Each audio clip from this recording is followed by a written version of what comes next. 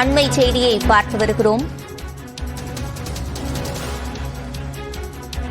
இரண்டாம் கட்டமாக ஜூலை 15ஆம் தேதி முதல் செப்டம்பர் 15ஆம் தேதி வரை மக்களுடன் முதல்வர் திட்டம் செயல்படுத்தப்படும் என்று தற்போது அறிவிக்கப்பட்டிருக்கிறது. கூடுதல் விவரங்களை செய்தியாளர் அபினேஷிடம் கேட்கலாம். அபினேஷ், முழுமையான விவரங்கள்.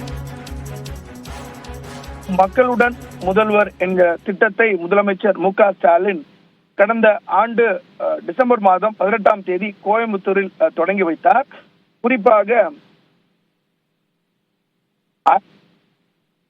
குறிப்பாக இந்த திட்டத்தின் மூலமாக 5 மாதங்களில் 2058 முகாம்கள் மூலமாக மக்களிடம் பெறப்பட்ட 8.7 லட்சம் மனுக்கள் மீது ஒரே மாதத்தில் தீர்வு கண்டிருப்பதாகவும் முதலமைச்சர் மு.க. ஸ்டாலின் பெருமிதம் தெரிவித்திருக்கிறார். குறிப்பாக அடுத்த கட்டமாக 2ஆம் கட்டமாக 12,525 கிராம ஊராட்சிகளில் 2,500 சிறப்பு முகாம்கள் நடத்தவும் தமிழ்நாடு அரசு திட்டமிட்டிருக்கிறது.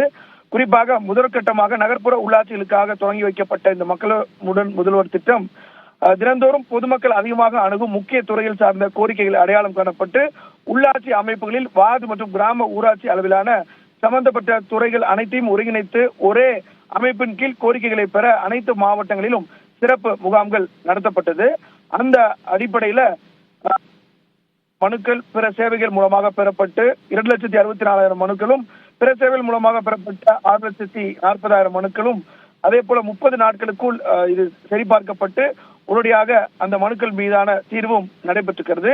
2ஆம் கட்டமாக மக்களுடன் முதல்வர் திட்டத்தின் கீழ் ஆதி திராவிடர் மற்றும் பழங்குடியினர் நலத்துறை, பிற்படுத்தோர் மற்றும் பிற்படுத்தப்பட்டோர் நலத்துறை உள்ளிட்ட 15 துறைகள் சார்ந்த மனுக்கள் இந்த முகாம்களில் பொதுமக்களிடமிருந்து பெறப்பட உள்ளது.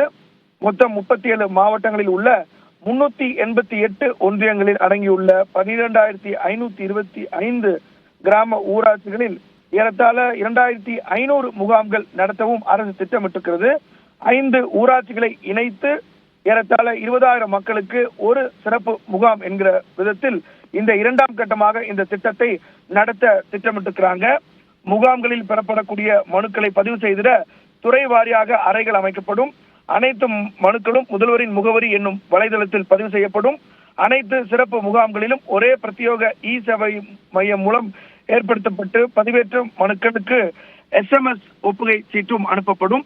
இந்த முகாம்கள் தயார் செய்யப்பட்டு உள்ளூர் தொலைக்காட்சிகள் மற்றும் பொதுமக்கள் அதிகம் கூடும் இடங்களில இது அமைக்கப்பட்டு டிஜிட்டல் திரை மூலமும் விளம்பரம் செய்யப்படும் எனவும் தமிழ்நாடு அரசு தெரிவித்திருக்கூடிய செய்தி குறிப்பில் தெரிவிக்கப்பட்டிருக்கிறது.